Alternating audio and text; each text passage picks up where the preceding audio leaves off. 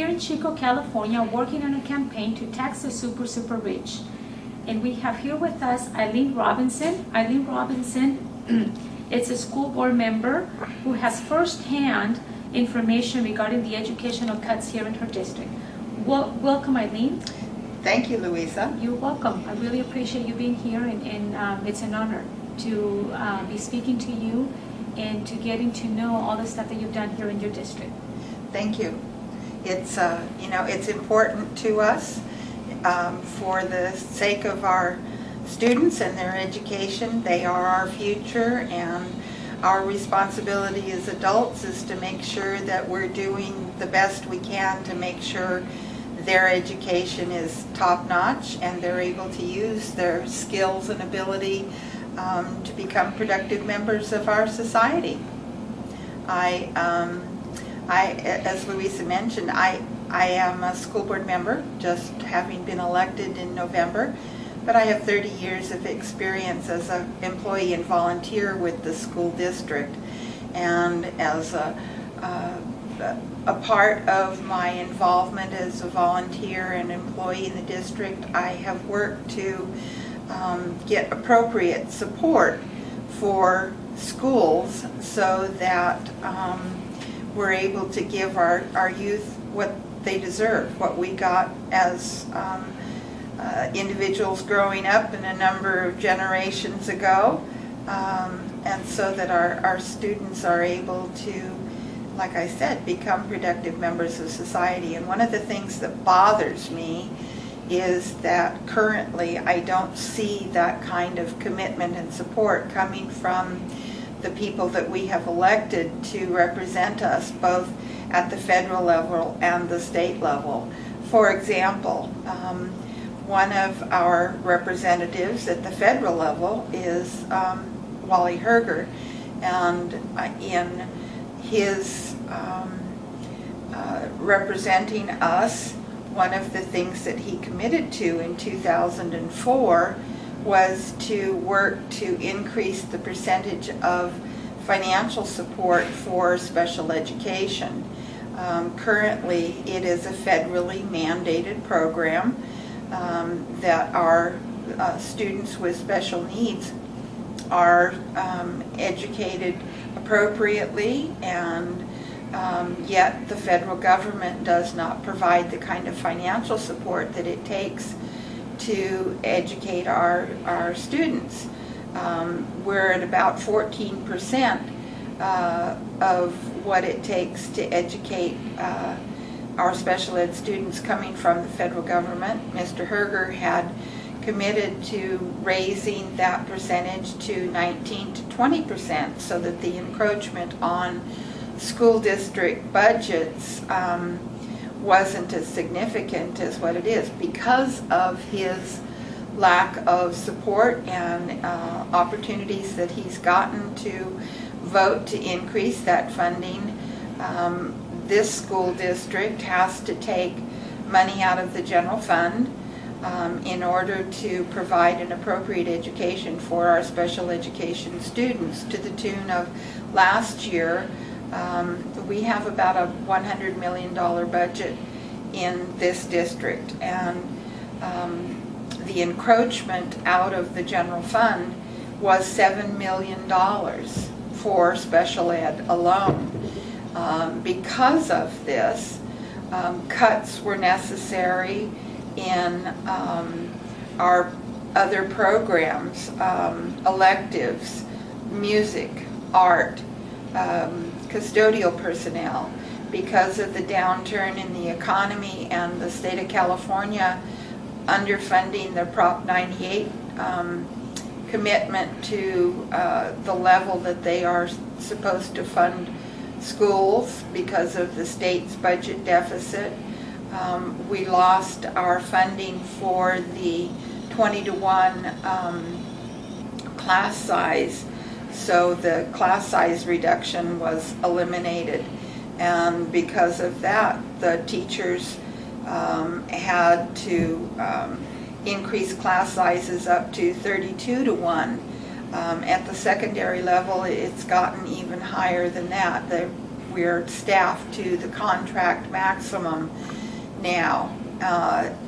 This has meant loss of jobs, not only for teachers and the certificated employees, but also for support personnel, the classified employees, the custodians, the cafeteria workers, the clerical employees have all suffered reductions and cutbacks because the funding for education has been reduced and reduced and reduced, and the legislature has refused to appropriately go after funding. For example, in California, the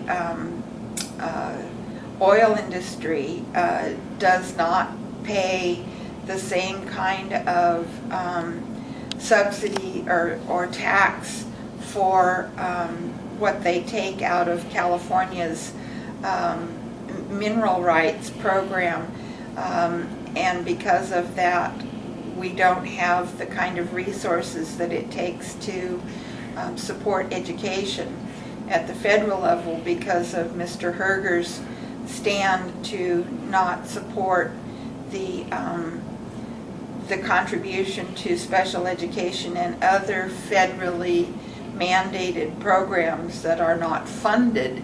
They're mandated but not funded. The rhetoric of the politicians, especially, and I'm going to say this, especially Republicans, we are left with the burden of support for these very essential services falling on the middle class, the union workers, the people that do go to work every day and pay their taxes every year, versus those that are given an excuse of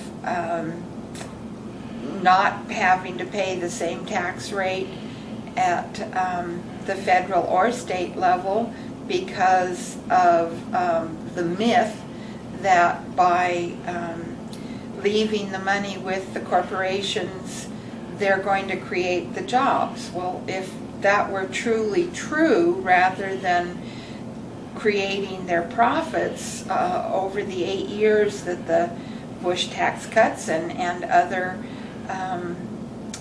things that have given tax breaks to these corporations and people earning significant amounts of money, we wouldn't have lost 8 million jobs. We wouldn't have had the downturn in the economy that we've had this really been an appropriate way to finance the infrastructure of our country. And by that I include education. It's part of what we need to support collectively as a society, which means everyone from the top down needs to be supporting what makes this nation great at the same level, and that giving a waiver or a break to those that have the money to buy the lobbyists that buy the money that run the campaigns for the politicians that get reelected, it is not an appropriate way to run this country. And I think we're seeing the result of that in the loss of jobs, in the loss of protections for workers, in the attacks on union workers. If it weren't for our unions, we'd still have children working in sweatshops in our cities. It's unions that have provided us with the 8-hour day and sick leave and the protections for workers, farm workers and everyone else. And yet the attacks on the middle class and union workers are becoming almost like a popular favorite.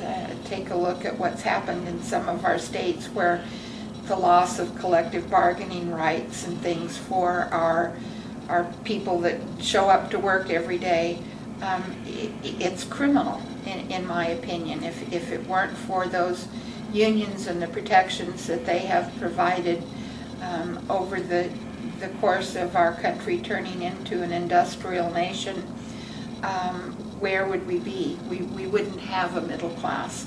And by destroying those protections and those strengths, we're seeing the loss of the middle class. Bringing that back to what we are seeing in the way of impact locally is what I see now as a school board member. We have, because of the loss of priorities for financing our school system, we've lost the things that make our school systems great, the things that are creative, music, arts, even the extracurricular activities of our athletes, the lack of being able to financially support these programs. We're having to rely on parents and volunteers and fundraisers, and it's not that that isn't a good place for our parents to be providing support. I do support parent involvement in schools. We need it. We need them. We need their wisdom. We need their supportive education and their students. But we shouldn't have to have it as the only means to provide the services to the students. It should be an enhancement rather than a requirement, because of our stand by the government to support money for prisons rather than money for schools. We have too many people that need psychiatric support rather than prison. We need education rather than prison.